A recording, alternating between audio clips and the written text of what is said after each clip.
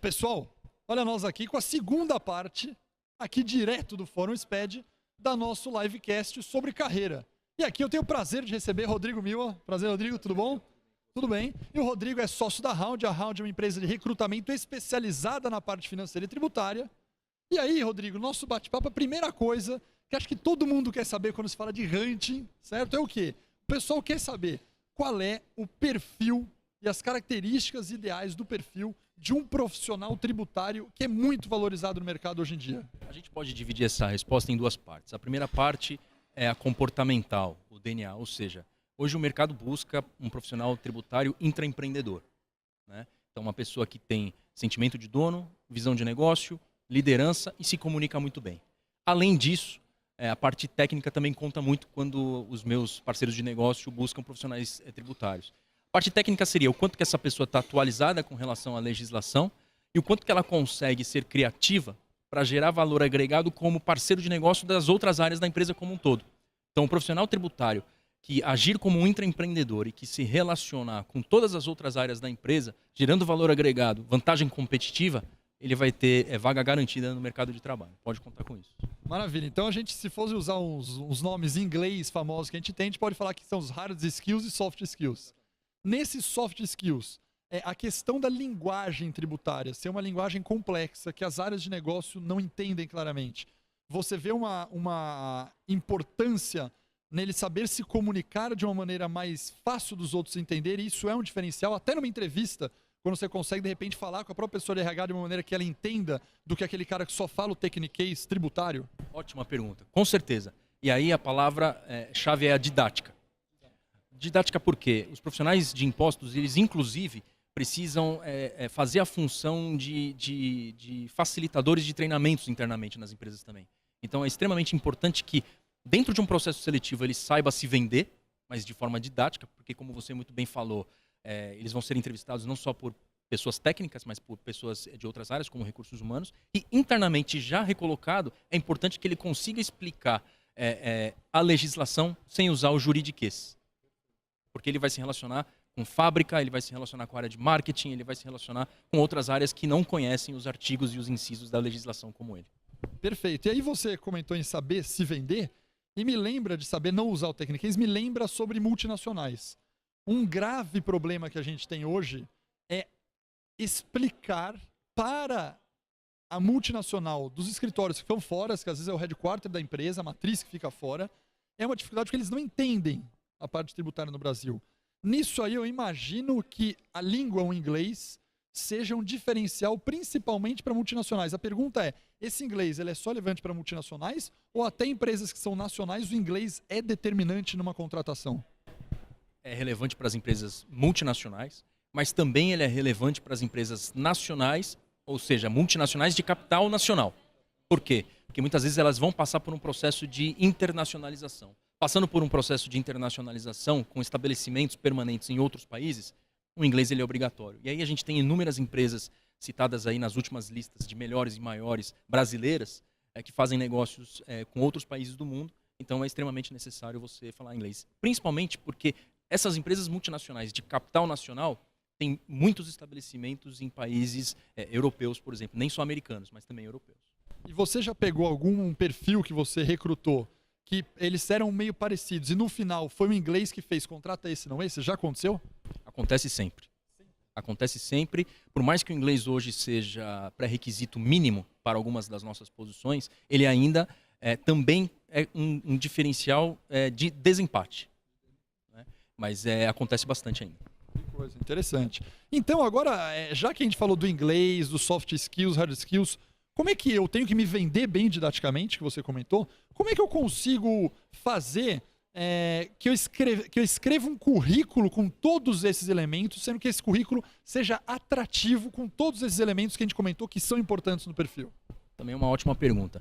Independente da área, aí eu consigo responder de uma forma, um currículo limpo, um currículo organizado, essencial para que ele chame a atenção não só do headhunter, mas também como da área de recursos humanos ou da área demandante de qualquer empresa. Tecnicamente falando, aí é óbvio que a gente consegue fazer um alinhamento entre o que é esperado de um currículo de um profissional de impostos, que é as suas conquistas, os seus projetos e também a didática no que se refere se refere a, eu sou um profissional de indiretos, eu sou um profissional de diretos, eu sou um profissional de atuação operacional ou eu sou um profissional de atuação estratégica, consultiva.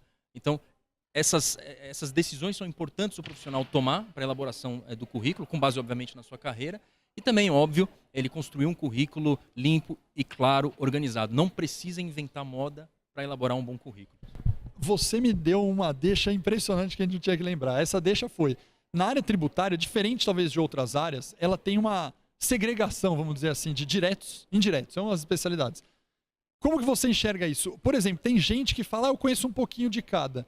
Você recomenda que ele coloque, isso é uma dúvida clássica de todo mundo, você recomenda que eu mande o currículo com o objetivo falando eu sou especialista em indiretos, que eu mande outra vaga, eu sou especialista em indiretos, como é que você recomenda essa especificação do currículo, dado que isso é bem relevante para a vaga na área tributária?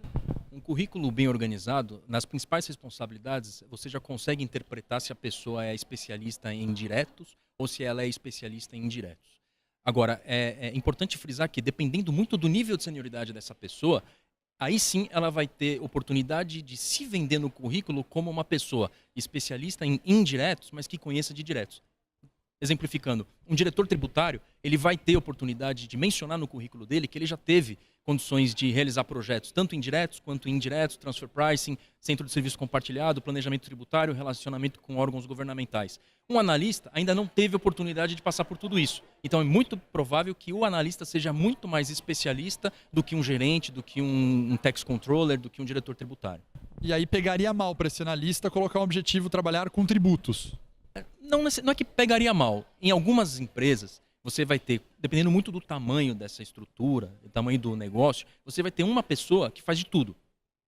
Você vai ter um analista que faz indiretos, você vai ter um analista que faz diretos, mas isso não é uma regra. Então é importante que tudo que a pessoa colocar no currículo, ela tenha condições de não comprovar com documentação, mas que ela tenha condições de contar essa história passando credibilidade.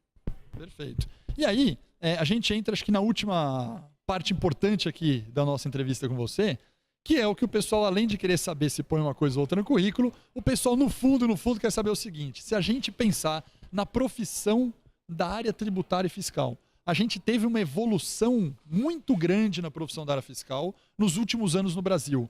Na minha opinião, deixou de ser uma área totalmente suporte, né, que não tinha importância, para hoje ser uma área que dá resultado lá no bottom line da empresa.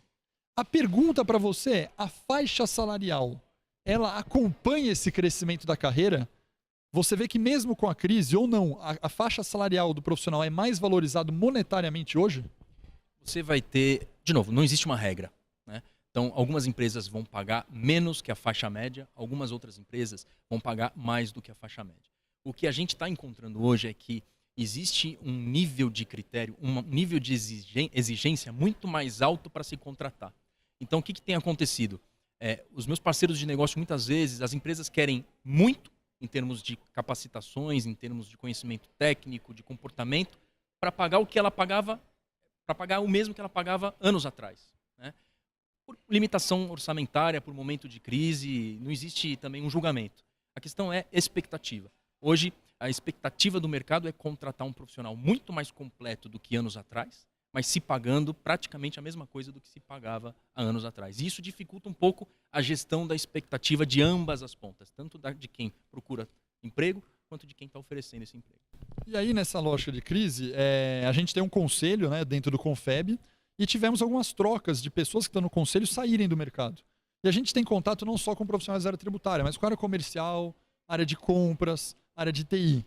E pela minha pequena amostra, a área tributária ela teve uma recolocação mais rápida do que, por exemplo, uma área comercial, que está mais difícil recolocar.